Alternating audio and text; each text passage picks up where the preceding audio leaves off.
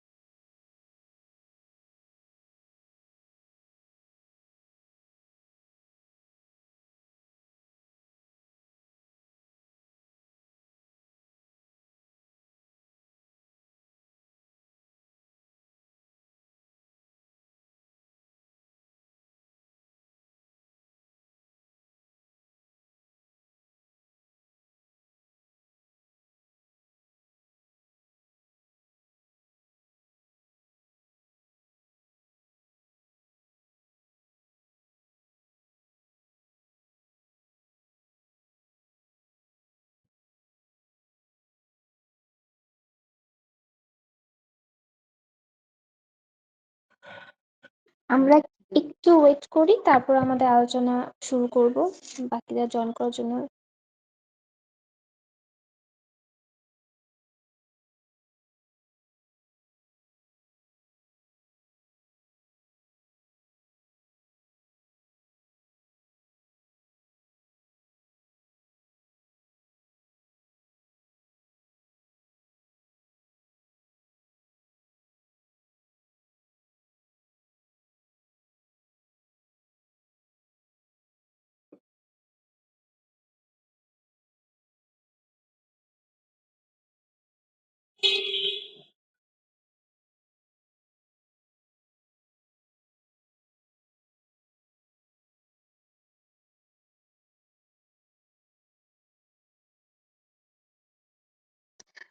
আমরা আলোচনা শুরু করি। যারা আপনারা উপস্থিত আছেন, তারা কাইন্ডলি আপনাদের নাম, আপনাদের একাডেমিক ব্যাকগ্রাউন্ড কি, আপনাদের অকুপেশন কি, এবং আপনারা আপনাদের ইন্টারেস্টেড এরিয়াটা কি, এটা একটু যদি কাইন্ডলি বলতেন। এখানে দেখতে পাচ্ছি ডক্টর রিড, উনি আছেন আব্দুল্লাহ আল।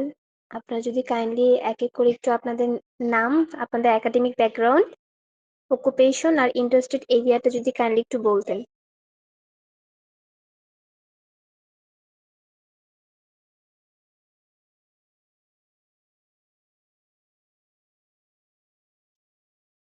হ্যালো, আমার কথা কি শোনা যাচ্ছে? হ্যাঁ, আসসালামু আলাইকুম। আমি হচ্ছে ওয়ালাইকুম আব্দুল আল আসসালাম। মাহমুদ। আমি হচ্ছে একজন স্টুডেন্ট, 4th ইয়ার পড়াশোনা করতেছি। আর আমার ইন্টারেস্টেড এরিয়া হচ্ছে bioinformatics, cancer bioinformatics, skin infections এগুলাই। Thank you.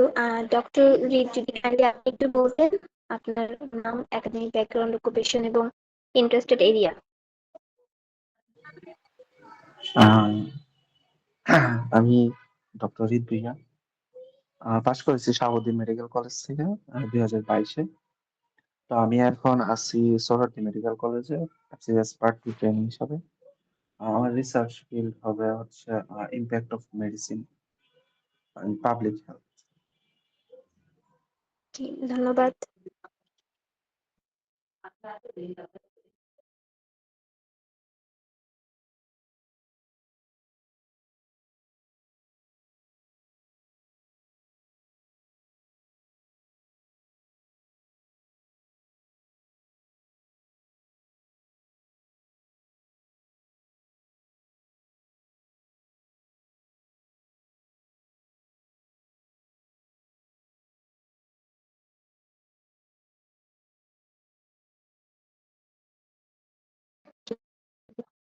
আমাদের স্যার হচ্ছে আহ, এখন আমাদের ডিটেলসে ব্রিফ দিবে, আপনারা কাইন্ডলি একটু মনোযোগ সহকারে শুনবেন।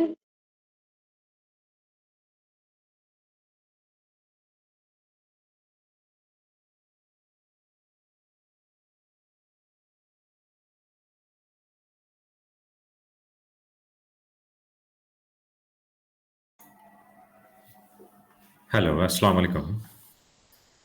আশা করি সবাই ভালো আছেন।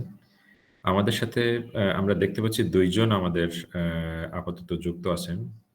সো আমরা ডিটেইলসে একটু আমাদের বিষয়গুলো নিয়ে আলোচনা করব। অনেকে হয়তো, যেহেতু সবাই মেডিকেল প্রফেশনাল, সো দেখা যায় যে অনেকে ব্যস্ত থাকার কারণে এই টাইমটাতে হয়তোবা মিটিংয়ে জয়েন করতে পারছে না। বাট আমরা মিটিংটা ফুললি রেকর্ড করব, যাতে করে পরবর্তীতে আমরা গ্রুপে বা পেজে শেয়ার করলে সবাই এটা দেখতে পায়। সো আমাদের কাজের পলিসিগুলো নিয়ে আমরা কথা বলবো এবং কিভাবে আমরা কার্যক্রম পরিচালনা করি সে বিষয়গুলো নিয়ে কথা বলবো। সো ইনশাআল্লাহ ডিটেইলসে আলোচনা হবে। আপনারা অনেক কোয়েশ্চেন আপনাদের থাকতে পারে, অনেক বিষয় নিয়ে আপনারা কনফিউশন হতে পারেন, বা অনেক রিসার্চ এরিয়া নিয়ে কথা বলতে পারেন। সো আপনাদের কোয়েশ্চেনগুলা আমরা আ চাচ্ছি প্রাথমিকভাবে আপনারা একটু আমাদেরকে লিখিত আকারে পাঠান। তারপরে আমরা চেষ্টা করব সবগুলা অ্যান্সার করতে। যেগুলো অ্যান্সার আমরা এখন করে পারব না, সেগুলো ইনশাআল্লাহ আবার আমরা আপনাদেরকে লিখিত আকারে WhatsApp এর মাধ্যমে পাঠায় দিব। সো আমরা বেসিক্যালি যদি কথা বলা শুরু করি ডিটেইলসে যে আমাদের কাজের পরিধি সম্পর্কে।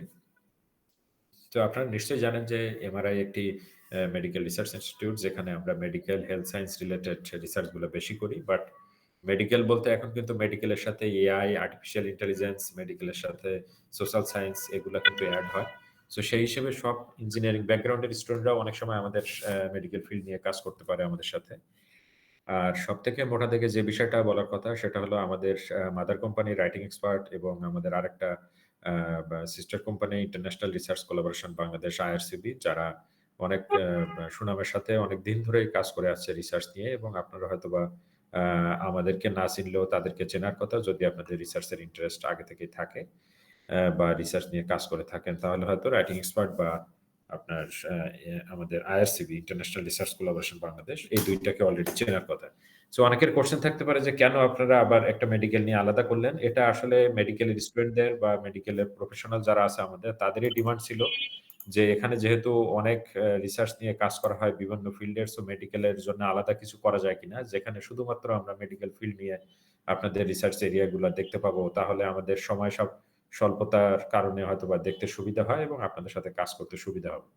সেই ডিমান্ড থেকে আসলে আমাদেরকে মেডিকেল ডিপার্টমেন্টটা আলাদা করে দিয়ে একটা আলাদা অর্গানাইজেশন আমরা দাঁড় করাতে চাচ্ছি, যার আন্ডারে শুধুমাত্র মেডিকেল এবং হেলথ সায়েন্স রিলেটেড রিসার্চ গুলো নিয়ে আমরা কাজ করব।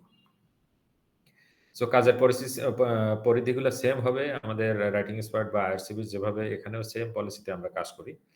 তো আমরা কাজের ডিটেইলসটা এভাবে আমরা বেসিক্যালি আলোচনা করি। সেটা হলো এখানে যারা আমাদের সঙ্গে কাজ করবেন রিসার্চার হিসাবে, তাদেরকে আমরা মূলত মেন রিসার্চার বলে থাকি। ধরেন একজন ক্লায়েন্ট মিস্টার এক্স।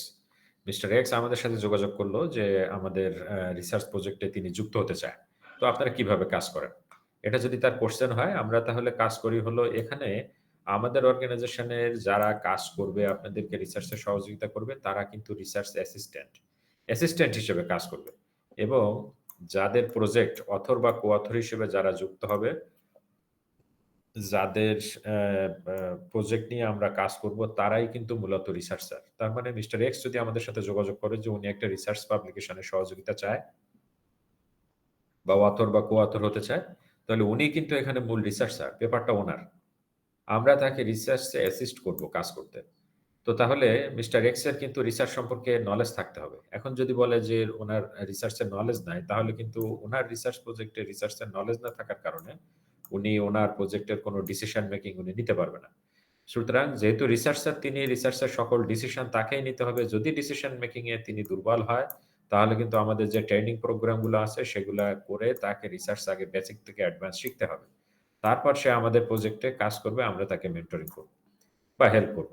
তাহলে এখানে সিস্টেমটা হলো খুব ইজি। আমাদের অর্গানাইজেশন হিসেবে আমরা আপনাকে রিসার্চে অ্যাসিস্ট করব। এখানে মূল রিসার্চার আপনি, রিসার্চের ডিসিশন মেকিং আপনার নিতে হবে। যদি রিসার্চের ডিসিশন মেকিং এ আপনি দুর্বল হন, তাহলে রিসার্চ শিখতে হবে বেসিক থেকে অ্যাডভান্স। তারপরে আপনি কাজ করবেন, আমরা আপনাকে মেন্টরিং করব বা হেল্প করব। সো যদি দেখা যায় যে একজনের রিসার্চের ট্রেনিং লাগবে না, তার নলেজ আছে, তাহলে কিন্তু তারা ট্রেনিং লাগছে না, ডিরেক্টলি উনি প্রজেক্টে এসে কাজ করতে পারবে। সো প্রজেক্টগুলো আমাদের কিভাবে হয়? ধরেন এখানে ৫ জন বা ৬ জন রিসার্চার একসাথে কোলাবোরেশন করে একটা কাজ করবে অথর কো-অথর হয়ে। তো ধরে নিচ্ছি যে ৫ জন বা ৭ জন একটা প্রজেক্টে থাকবে, অথর এবং কো-অথররা। তো তাদের সাথে আমরা ফার্স্টে মিটিং করব। মিটিং করে যে বিষয়টা জানার ট্রাই করব, তাদের রিসার্চ এরিয়াটা কি? ধরেন আমরা কাজ করব যে impact medicine in public health. এটা একটা টাইটেল দিয়েছি। কিন্তু এটা তো একটা রিসার্চের এরিয়া, এক্সাক্টলি টাইটেল না। তো টাইটেলটা কিভাবে আসবে? এই যে ৫ জন থাকবে ওনাদের সাথে আমরা ফার্স্টে একটা মিটিং করে আলোচনা করব যে ওনারা এই রিসার্চ এরিয়ার আন্ডারে এক্সাক্টলি কি নিয়ে কাজ করতে চায়। তখন ওইটা যখন ফাইনাল হবে যে এটা নিয়ে ওনারা কাজ করতে চায়, ওই ওই ওই মিটিংয়ে আমরা আলোচনা করব, করে যখন মোটামুটি একটা টেন্টেটিভ এরিয়া আমরা সবার থেকে জানতে পারবো ইন্টারেস্ট এরিয়াগুলো, সেইগুলোর উপরে বেস করে আমরা ইন্টারন্যাশনাল লিটারেচারগুলো রিভিউ করব, করে আমরা রিসার্চ গ্যাপ বের করব। এই রিসার্চ গ্যাপ বের করে ওই গ্যাপ থেকে কিন্তু আপনাকে রিসার্চের টাইটেল নিয়ে আসতে হবে। সেখান থেকে টাইটেল ডেভেলপ হবে, আমরা 10টা বা 5টা টাইটেল আমরা সামনে নিয়ে আসব। তখন এখানে 2টা প্যানেল তাহলে কাজ করছে। একটা হলো অ্যাসিস্ট্যান্ট প্যানেল, আমরা অর্গানাইজেশন থেকে যারা কাজ করব, আরেকটা হলো রিসার্চার প্যানেল, যারা অথর বা কো-অথর হিসেবে থাকবে তারা। তাহলে অ্যাসিস্ট্যান্ট প্যানেল ব্যাকগ্রাউন্ডে কাজ করে আপনাদেরকে টাইটেল দিল, 10টা টাইটেল, এবং এই 10টা টাইটেল থেকে আপনারা যেহেতু একটা টাইটেল নিয়ে কাজ করবেন, একটা ফিক্সড করলেন যে এই টাইটেলটা নিয়ে আমি কাজ করতে চাই। তখন ওই টাইটেলের সাথে ম্যাচ করে লিটারেচারগুলো কালেক্ট হবে, লিটারেচার রিভিউ হবে, মাস শেষে মিটিং হবে, এবং মিটিংয়ে বিস্তারিত আলোচনা হবে যে কোন বিষয়ে কেউ কনফিউশন থাকলে সেগুলো আমরা ক্লিয়ার করে দিব। আর যাদের নেক্সট স্টেপে আমরা কাজ করব হলো ইন্ট্রোডাকশন পার্ট, মেথোডোলজি পার্ট নিয়ে সেম ভাবে মাস শেষে বসে আবার মিটিং হবে, আলোচনা হবে। এভাবে প্রত্যেকটা মাসে কাজ হবে, আলোচনা হবে, এবং 6 মাসে আমাদের প্রজেক্টটা রেডি হবে। সো এখানে বলে রাখা ভালো, এই যে টাইম ফ্রেমে আমরা কাজ করব, এখানে কিন্তু সেকেন্ডারি ডেটা নিয়ে কাজ করার টাইম ফ্রেম এটা, এবং যে বাজেট ফ্রেম করা এটা secondary database. So secondary data ছাড়া যদি প্রাইমারি ডেটা নিয়ে কাজ করতে চায় ক্লায়েন্ট, যারা অথর বা কো-অথর হিসেবে থাকবে, অবশ্যই পারবে। সেক্ষেত্রে ডাটা তাদেরকে কালেক্ট করে আমাদেরকে 2 সপ্তাহের মধ্যে ডাটা প্রোভাইড করতে হবে, প্রাইমারি ডেটা। তাহলে আমরা সেটা নিয়ে আবার কাজ করতে পারবো। দেন আমাদের যখন প্রজেক্টটা রেডি হয়ে গেল, তখন আমাদের কি করতে হবে? আমরা তখন জার্নাল খুঁজতে হবে যে কোন জার্নালে এটা নিয়ে যাওয়া যাবে। যখন জার্নাল শর্টলিস্ট করে আমরা দিব, বা আপনারাও একটা ফিক্সড করবেন, তখন জার্নাল ফিক্সড হয়ে গেলে জার্নালকে এটা পাঠাতে হবে। জার্নালকে যখন পাঠাবেন, ওরা কিন্তু একটা রিভিউ করতে যথেষ্ট পরিমাণে সময় নেবে। এই রিভিউ করে ওরা কি বলতে পারে? Project reject. ওরা বলতে পারে অবজারভেশন আছে অথবা কারেকশন আছে। ওরা বলতে পারে প্রজেক্ট অ্যাকসেপ্ট। তো দেখা যায় যে প্রথমেই প্রজেক্ট সাবমিট করলে কখনো একবারেই ওরা অ্যাকসেপ্ট করে ফেলে, এরকম আমরা প্রিভিয়াসলি আমরা দেখিনি নরমালি। সো আপনাকে রিজেকশন বা অবজারভেশন আসবে, সেই অনুযায়ী আবার অ্যাসিস্ট্যান্ট প্যানেল কাজ করবে, করে আবার সাবমিট করবে, আবার কাজ করবে। এভাবে পাবলিকেশনের আগ পর্যন্ত এটা চলবে। যতক্ষণ না পাবলিশ হবে এই প্রসেসটা চলতে থাকবে। সো এখানে আমরা প্রিভিয়াসলি যদি বলেন যে কেমন সময় লাগবে এই রিভিউ পার্টে, এখানে কিন্তু একটা হিউজ টাইম লাগে। হিউজ টাইম বলতে আমরা দেখেছি যে সর্বোচ্চ টাইম নেয় তারা Q3-4 লেভেলের জন্য 177 দিন। তো 177 দিন ওয়েট করতে হবে। এর মধ্যে যদি তারা রিভিউ করে তাহলে তো ভালো, আর্লি করে ফেললে। আর যদি না করে 77 দিন পরে, 177 দিন পর আবার ওই জার্নাল থেকে পেপারটা উঠায় নিয়ে অন্য জার্নালে পাঠাতে হয়। সো এটা হলো ফ্যাক্ট যে এখানে টাইমটা কিন্তু আনসার্টেন জার্নালের, ওইটা কিন্তু আমাদের হাতে নাই। ওটা জার্নাল যে কয়দিন টাইম নেয়, ওই দিয়ে কয়দিন আমাদেরকে ওয়েট করতেই হবে। আর আপনারা নিশ্চয়ই জানেন যে রিসার্চের আসলে কোনো পার্টেই সার্টেনিটি নাই। এই যে টাইটেল একটা ফিক্সড করবেন ফার্স্টে সবার সাথে কথা বলে, দেখবেন যে যখন আপনি মেথোডোলজি বিল্ড আপ করবেন, তখন টাইটেল হয়তোবা আবার চেঞ্জ করতে হতে পারে কিছু অংশ। আবার যখন ডেটা কালেকশনে যাবেন, ডেটার অ্যাভেইলেবিলিটির উপরে বেস করে হয়তোবা টাইটেল চেঞ্জ হতে পারে। সেম ভাবে ডেটা অ্যানালাইসিস করলেন, ডিসকাশনের সময় মনে হচ্ছে না টাইটেল আরেকটু চেঞ্জ করা দরকার। সো এভাবে আমরা যেটা প্রিভিয়াসলি দেখেছি বা রিসার্চের নলেজ যেটা বলে যে কনক্লুশনের আগ পর্যন্ত টাইটেল বিভিন্নভাবে চেঞ্জ হতে পারে। তাহলে এটাও যেমন আনসার্টেন যে টাইটেল শেষ পর্যন্ত ওইটা থাকবে কিনা, সেম ভাবে রিসার্চ আপনার পাবলিকেশনে জার্নালে দিবেন, ওরা কয়দিন টাইম নিবে এটাও কোনো সার্টেনিটি নাই নরমালি। সো এই হলো টোটাল প্রসেস। এখানে আমাদের প্রজেক্টগুলাতে কাজ করতে হলে প্রথমে যে বিষয়টা দেখতে হবে সেটা হলো আপনাকে যে প্রজেক্টে আপনি অথর বা কো-অথর হিসেবে যুক্ত হতে চাচ্ছেন সেই প্রজেক্টে খালি আছে কিনা বা কয়জন আছে। এখন অনেকের কোয়েশ্চেন হতে পারে যে একটা প্রজেক্টে ধরেন আমরা 1 জন অথর নিচ্ছি আর 6 জন কো-অথর নিচ্ছি। তো তাহলে 1 জন অথর এখানে অথর খালি আছে। 6 জনের মধ্যে 1 জন ধরেন ইন্টারেস্ট ফিল করছে যে আমি এটা বুক করব। এই 1 জন বুক করছে, এখনো কিন্তু 5 টা খালি। তাহলে প্রজেক্ট শুরু হবে কবে? অনেকের কোয়েশ্চেন হয় এরকম।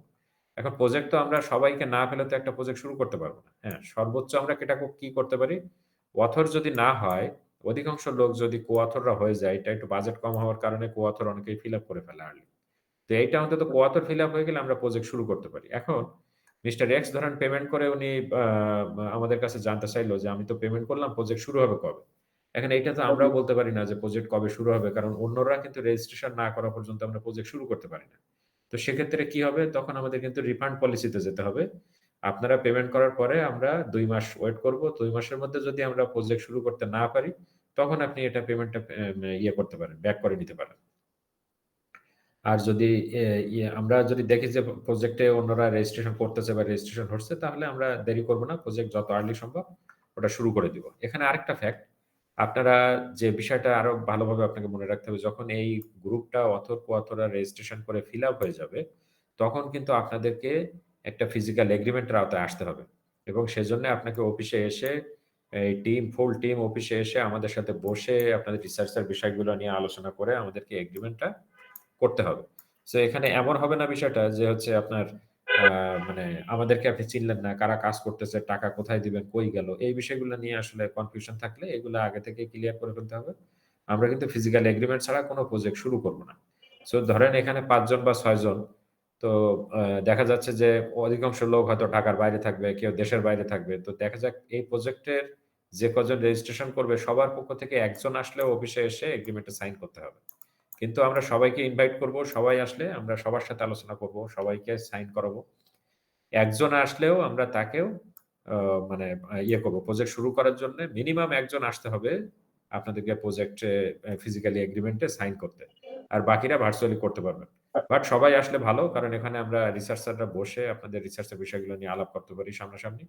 সো রিসার্চের কাজে সবসময় আপনাকে ফিজিক্যালি অফিসে এসে আলোচনা করা ভালো। যেহেতু ডক্টররা ব্যস্ত থাকে, এজন্য আমরা মিনিমাম একজনকে রেখেছি যে সবার পক্ষ থেকে ওই গ্রুপের একজন আসলেও হবে। আমরা যাতে তার সাথে কথা বলতে পারি সরাসরি। সো এই হলো ফ্যাক্ট, এবং আপনাদের অনেকগুলা কোয়েশ্চেন থাকতে পারে, অনেক রকম পলিসি মেকিং নিয়ে অনেক কোয়েশ্চেন থাকতে পারে। তো সেগুলো আমাদের রিসার্চ যারা আমাদের অফিসার আছে, আমাদের রিলেশনশিপ অফিসার, তাদের সাথে আপনারা ওয়ান টু ওয়ান কথা বলে নিতে পারেন। এবং আপাতত কোনো কোয়েশ্চেন আছে কিনা সেগুলো আমরা আ কোয়েশ্চেনের অ্যান্সার দেওয়ার ট্রাই করি। হোয়াটসঅ্যাপে কোনো কোয়েশ্চেন আসছে কি? ১-২ টা কোয়েশ্চেন ছিল। আমি সেগুলো জি, একটু বলি। প্লিজ। এখানে এখানে প্রশ্ন ছিল যে কি পুরো প্রজেক্ট চলাকালীন সময় কি মানে আমাদের যে ক্লায়েন্ট ওনাকেই কাজ করতে হবে নাকি নির্দিষ্ট কিছু মানে ধাপে ধাপে বা পার্ট বাই পার্ট ইনপুট দিলেই হবে কিনা? হ্যাঁ, হ্যাঁ, খুব ভালো একটা কোয়েশ্চেন। এখানে অবশ্যই আপনাকে আ কাজের সাথে যুক্ত থাকতে হবে। না হলে কিন্তু শুধুমাত্র যদি আপনি রেডিমেড একটা পেপার নিয়ে যান, তাহলে এটা নিয়ে আপনার কোনো কাজে লাগবে না যখন আপনি দেশের বাইরে প্রফেসরদের কাছে বা অন্যান্য ক্ষেত্রে আপনি এটা সাবমিট করবেন। আপনার কিন্তু যদি রিসার্চ এর থেকে কোনো কোয়েশ্চেন করে, তাহলে ওইটা এক্সাক্টলি কোনো কাজেই লাগবে না আপনার, যদি অ্যান্সার না করতে পারেন। সুতরাং রিসার্চ এর সাথে যুক্ত থেকে আপনাকে সব বিষয়গুলো সম্পর্কে জানতে হবে। আপনি যদি কাজ করতে না পারেন, সেক্ষেত্রে আপনি রিভিউ করবেন। যে কাজগুলো হয়েছে, অন্যরা করেছে সেগুলা নিজের মতো করে পড়তে হবে, ফিডব্যাক দিতে হবে। সো কোনো অসুবিধা থাকলে আমাদের সাথে যখন মিটিং হবে, মিটিংয়ে আমাদের সাথে আলোচনা করতে হবে যে, "এই বিষয়টুকু আমি কনফিউশন আসছি, আমাকে আবার বুঝায় দেন।" সো অবশ্যই আমাদের সাথে যুক্ত থাকার ট্রাই করতে হবে এবং পার্ট টু পার্ট কাজে কন্ট্রিবিউট করতে পারলে আমরা খুবই আপনাকে মানে থ্যাংক ইউ দিব। বাট কাজে দেখা যাবে ৫-৬ জন থাকলে সবাই হয়তোবা কন্ট্রিবিউট করতে পারবে না, ২-১ জন পারবে না, অধিকাংশ পারবে। সো এটা নরমালি কাজে কন্ট্রিবিউট না করলে আপনি শিখতে পারবেন না। যদি শেখার ইচ্ছা থাকে, আপনি রিসার্চার হতে চান বা পিএইচডি বা মাস্টার্স এর জন্য দেশের বাইরে যেতে চান, তাহলে কিন্তু প্রজেক্টের সাথে টুকটাক কাজে আপনাকে যুক্ত থাকতে হবে। বাট সেক্ষেত্রে আমরা আপনাকে ফোর্স করব না যে আপনাকে কাজ করতেই হবে। বাট আপনাকে রিভিউ করতে হবে বা কাজ সম্পর্কে জানতে হবে বা আপনি কাজে কন্ট্রিবিউট করতে চাইলে আমরা অবশ্যই আপনাকে স্বাগতম জানাবো। জি, থ্যাংক ইউ। আর কোনো কোয়েশ্চেন? জি, আরেকটা কোশ্চেন ছিল ডিলে বা যদি জার্নাল থেকে আর কি পেপার রিজেক্ট হয়ে চলে আসে তাহলে আমরা কি সাপোর্ট দিয়ে থাকি কিনা বা কোনো ধরনের সলিউশন কি এটা আর কি? না, আমি বুঝিনি। আবার একটু বলবেন প্লিজ। মানে যে আমরা যখন সাবমিশন করব প্রজেক্ট শেষ করে তখন এটা পেপার যদি রিজেক্ট হয়ে আসে কোনো কারণে সেক্ষেত্রে আমরা সাপোর্ট দেই কিনা? হ্যাঁ, এই কোয়েশ্চেনের অ্যান্সার তো অলরেডি পেয়েছে যে অনেকবার রিজেক্ট হতে পারে। আমাদের অনেক পেপার আছে ৫-৭ বার রিজেক্ট হয়। সো এগুলো ভেরি সিম্পল। রিজেক্টর অনেকবার আসতে পারে। রিজেকশন হলে কাজ করতে হবে, আবার সাবমিট করতে হবে। দেখা যায় অনেক সময় অনেক ভালো পেপার সেগুলো রিজেক্ট হচ্ছে। অনেক খারাপ পেপার বা মিডিয়াম গোছের পেপার সেগুলো আর্লি পাবলিশ হচ্ছে। সো এটা ডিপেন্ড করে জার্নালের উপরে টোটালি যে ওরা কিভাবে এটাকে দেখতেছে। সো এটা টোটালি আনসার্টেইন একটা ওয়ে রিসার্চ, আমি ফার্স্ট থেকেই বললাম। রিসার্চ এর কোনো সার্টেনিটি নাই। কিন্তু আমাদের অর্গানাইজেশন আপনাকে পাবলিকেশন এর আগ পর্যন্ত প্রজেক্টে সাপোর্ট দিয়ে যাবে। যত প্রকার কাজ করতে হয় করবে। সো এটাই হলো আমাদের এগ্রিমেন্টেও এটা ডিক্লেয়ার করা থাকবে যে আমরা প্রজেক্ট পাবলিকেশন হওয়ার আগ পর্যন্ত এই টিমের সাথে কাজ করব। রিজেকশন অনেকবার হতে পারে। এটা যারা রিসার্চার আছেন আমাদের সাথে বুঝতে পারতেছেন, তারা অলরেডি এই বিষয়গুলো জানে। সো রিজেকশন আসতে পারে, সে অনুযায়ী কারেকশন হবে, সাবমিট হবে, আবার রিজেক্ট হলে আবার কাজ হবে। এভাবে পার্ট টু পার্ট চলতে থাকবে। বাট এখানে একটা বিষয় আপনাদের অনেকের কোয়েশ্চেন থাকতে পারে যে রিজেকশন বারবার হলে আবার কি নতুন করে পেমেন্ট করতে হবে কিনা? না, না, পেমেন্ট কিন্তু আপনাকে একবারই করতে হবে। ফার্স্ট এ যেটা দিয়ে রেজিস্ট্রেশন করলেন ওইটাই। এরপরে আপনাকে রিজেকশন যে কয়বার হোক বা না হোক এটাতে আর কোনো এক্সট্রা পেমেন্ট নেই। জি। জি, আর আরেকটা কোনো লাস্ট কোশ্চেন আছে? কোশ্চেন ছিল জি। যে প্রজেক্ট চলাকালীন সময়ে আমাদের আপডেটটা আমরা কিভাবে দিব বা কিভাবে দিয়ে থাকি? আচ্ছা, এখানে ১ম এ সব রিসার্চারদেরকে নিয়ে একটা হোয়াটসঅ্যাপ গ্রুপ হবে। যারা রেজিস্ট্রেশন করবেন, সবাই রেজিস্ট্রেশন করে ফেললে সবাইকে নিয়ে একটা হোয়াটসঅ্যাপ গ্রুপ হবে এবং হোয়াটসঅ্যাপ গ্রুপে সবাই তাদের মতামত আ মা বা বিস্তারিত কথাবার্তা হবে। আমাদের মিটিংগুলা যখন হবে ওই গ্রুপেই হোয়াটসঅ্যাপ গ্রুপেই আমরা মিটিংগুলা করব। আমাদের যে ফাইলগুলা শেয়ার হবে সে হোয়াটসঅ্যাপ গ্রুপে হবে যেখানে রিসার্চাররা থাকবে, রিসার্চ অ্যাসিস্ট্যান্টরা থাকবে, আপনারা থাকবেন, আমাদের অফিসিয়াল অফিসাররা থাকবেন। সো হোয়াটসঅ্যাপ গ্রুপ নিয়ে প্রত্যেকটা প্রজেক্টের একটা করে হোয়াটসঅ্যাপ গ্রুপ হবে যেখানে ওয়ান টু ওয়ান কমিউনিকেশন হবে সবার। সো এই হলো বিষয়। আর আপনার রিসার্চের আপডেট গুলো আমরা ওই গ্রুপে শেয়ার করব আরকি। জি। আর কোনো কোয়েশ্চেন আছে? না, তেমন আর কোনো কোশ্চেন নেই। আচ্ছা, আমাদের সাথে ২ জন যুক্ত আছে। একজন হচ্ছে রাহুল আবির ভাই, আরেকজন ডক্টর হায়দার ভূঁইয়া। আমার সো একটা ভাইয়ারা প্রশ্ন আপনারা ছিল। কি ডিরেক্টলি কোনো কোয়েশ্চেন হ্যালো? করতে চাচ্ছেন কিনা? অ্যা অ্যা রুহুল ভাই জি, কোনো জি, প্রশ্ন? আমার একটা প্রশ্ন ছিল। শোনা যাচ্ছে? জি, প্লিজ। জি, মানে এখানে যে ৫-৬ জন co-author প্রত্যেককে কি হ্যাঁ। মানে কাজটা ভাগ করে দেয়া হবে কিনা? মানে কে কোনটা কাজ করবে? কি ব্যাপারটা? ভাগ করা না থাকলে তো আসলে মানে বোঝা যাবে না কে কোনটা নিয়ে কাজ করবে। কে ডাটা কালেকশন বা মেথোডোলজি মানে এরকম করে কি ভাগ করে দেয়া হয় নাকি কিভাবে? এই যে দেখুন ১ম মাসে আমরা কাজ করব হলো আপনার আচ্ছা ১ম মাস বাদ দেন। নেক্সট মান্থে আমরা কাজ করব। 2nd মাসে হলো introductory part, methodology part. So যখন জি, ১ম জি। মাসে মিটিং হয়ে যাবে তখন আমরা আলোচনা করে সবাই ব ব মানে সবাইকে আলোচনা করে দিব যে নেক্সট এত তারিখের মধ্যে আপনারা ইন্ট্রোডাকশন পার্টটা নিয়ে কাজ করেন। এখন আচ্ছা, দেখা যাবে যে হচ্ছে আমরা মেক্সিমামই যেটা দেখি যারা অথর বা co-author হিসেবে যুক্ত হয় তারা এক্সাক্টলি যে কোয়ালিটির লেখা লেখে ওইটা জার্নালে সাবমিট করার মতো হয় না। সো আচ্ছা, আচ্ছা। শুধুমাত্র ওনাদের ওই লেখাটুকু আমরা পড়ে তাদেরকে বলে দেই যে এইটুকু আপনার ইমপ্রুভ করা দরকার, এখানে ইমপ্রুভ করা দরকার। কিন্তু কাজ শেষ পর্যন্ত আমাদেরই করা লাগে। বুঝতে পেরেছেন? সো জি, আপনারা জি, জি। লিখবেন, আপনাকে ভুলটা ধরে দিব যে এইখানে ইমপ্রুভ করতে হবে, এইভাবে ইমপ্রুভ করেন। কিন্তু আপনারা যে কাজ অনেক সময় করবেন ওইটা দেখা যাবে যে জার্নালে সাবমিট করার উপযুক্ত হয় না। আচ্ছা। জি। কিন্তু জার্নালে যখন পাবলিশ হয়ে যাবে হুম, তখন হুম। ওই যে জিনিসগুলো আমাদের মানে অর্চিট আইডি বা এগুলোতে সবই চলে আসবে না? নাকি? অর্কিড আমি আপনার কথাটা বুঝিনি। না, জার্নালে যখন পাবলিশ করা হয় তখন তো ওই যে একটা রেফারেন্স ডিওআই যে রেফারেন্স তারপরে অর্চিড আইডিতে যে অটোমেটিক পাবলিশ হয়ে যায় মানে চলে আসে রেফারেন্স সহ। এগুলো তো আমরা পাবো নাকি? হ্যাঁ, ওটা তো সিম্পল হিসাব। ওটা তো হ্যাঁ, হ্যাঁ, যাবেই। সেটাই বলছি। সেটাই মানে বলছি আপনি আরকি। যখন Q3-4 লেভেলের জার্নালে এটা পাবলিশ করবেন তো এটা তো মানে নন কিউ নরমাল লেভেলের ব্যাপার। না। হ্যাঁ। হুম, হ্যাঁ, হুম, এটা হুম। তো নরমালি যাবে। ঠিক ঠিক আছে। আছে। এবং আপনার আচ্ছা। এখানে সাবমিট করার সময়ই তো আপনার ওয়ার্কিং আইডিটা মাস্টলি দিতে হবে। ওয়ার্কিং আইডি ছাড়া দিতে তো হবে। জার্নাল হ্যাঁ, হ্যাঁ, সাবমিট হ্যাঁ। হবে না। না সেটা কি মানে অথর কো-অথর ভেদাভেদ আছে কিনা তাই বলছি কোনো? আ অথর কো-অথর ভেদাভেদ বলতে? মানে শুধু অথরই সেটা পাবে, কো-অথররা পাবে না। এরকম কি কোনো ব্যাপার-স্যাপার আছে কিনা? এটা জার্নাল টু জার্নাল ভ্যারি করে। এটা তো আমাদের কোনো পার্ট না। আমরা বলতে আচ্ছা, পারব না ওটা। কারণ জার্নাল তো আমরা চুজ করব না। এটা আপনারা চুজ করবেন। এখানে ওকে। আমাদের কোনো ডিসিশন নাই। এটা আমরা আগেই ক্লিয়ার করছি। যাবতীয় ডিসিশন মেকিং আপনাদের। আমরা শুধু কাজ করব। এখানে ওকে। কোন জার্নালে যাবে, কোথায় যাবে, দিবেন কি, দিবেন না দিবেন, এটা টোটালি আপনাদের ডিসিশন। মানে রিসার্চারদের ডিসিশন থাকবে। এটা আমাদের কোনো ডিসিশন থাকবে না। কারণ প্রজেক্ট আপনার। আমরা কেন ডিসিশন নিব? জি, ঠিক আছে? ঠিক আছে। Thank you. আর তাহলে আমরা আরেকজন আছে আমাদের সাথে, নামটা ভুলে গেলাম। ভাইয়ার কি কোনো কোয়েশ্চেন আছে কিনা? আচ্ছা, ঠিক আছে। তাহলে আমরা না ভাই। ওকে ভাইয়া, থ্যাংক ইউ। আমরা তাহলে আজকে শেষ করলাম। আমরা আবার পরবর্তীতে হয়তোবা কোনো মিটিং এ আসবো। এবং যারা আমাদের সাথে মিটিং এ যুক্ত হতে পারেন নাই, তারা কষ্ট করে ভিডিওগুলো দেখবে এবং আমরা আজকের মতো শেষ করছি। সবাইকে ধন্যবাদ যারা আমাদের সাথে ছিলেন। সবাইকে আন্তরিক ধন্যবাদ। আবার কথা হবে ইনশাআল্লাহ। Thank you.